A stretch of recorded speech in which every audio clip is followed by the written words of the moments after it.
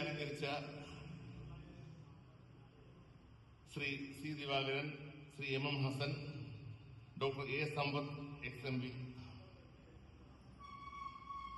കൗൺസിലർമാരായ ശ്രീ B ഗിരി, റസിയ ബിഗം, STUവിന്റെ സംസ്ഥാന ട്രഷറർ മാഹിൻ അബൂബക്കർ സർ, INCയുടെ കോൺഗ്രസിന്റെ ജില്ലാ സെക്രട്ടറി മുഹമ്മദ് ഹുസൈൻ സേഠ്, CITU ജില്ലാ കമ്മിറ്റി അംഗം KC കൃഷ്ണൻകുട്ടി സർ, പിന്നെ RSP ദേശീയ കമ്മിറ്റി അംഗം K ജയകുമാർ,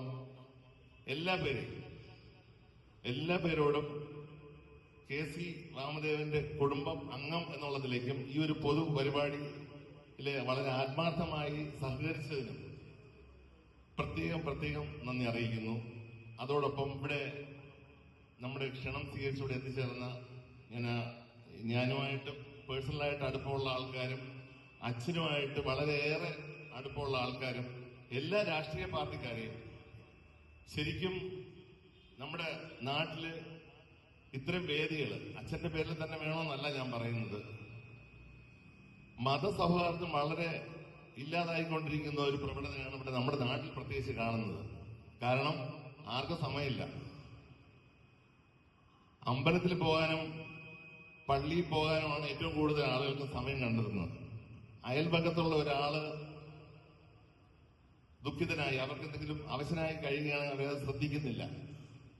അതുകൊണ്ട് തന്നെ നമുക്ക് എല്ലാ പേർക്കും ചേർന്ന് ഒരു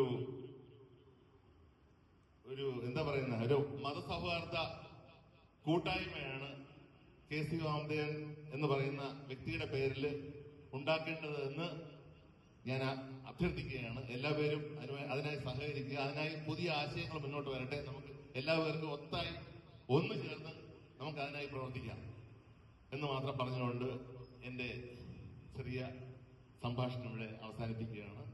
നന്ദി.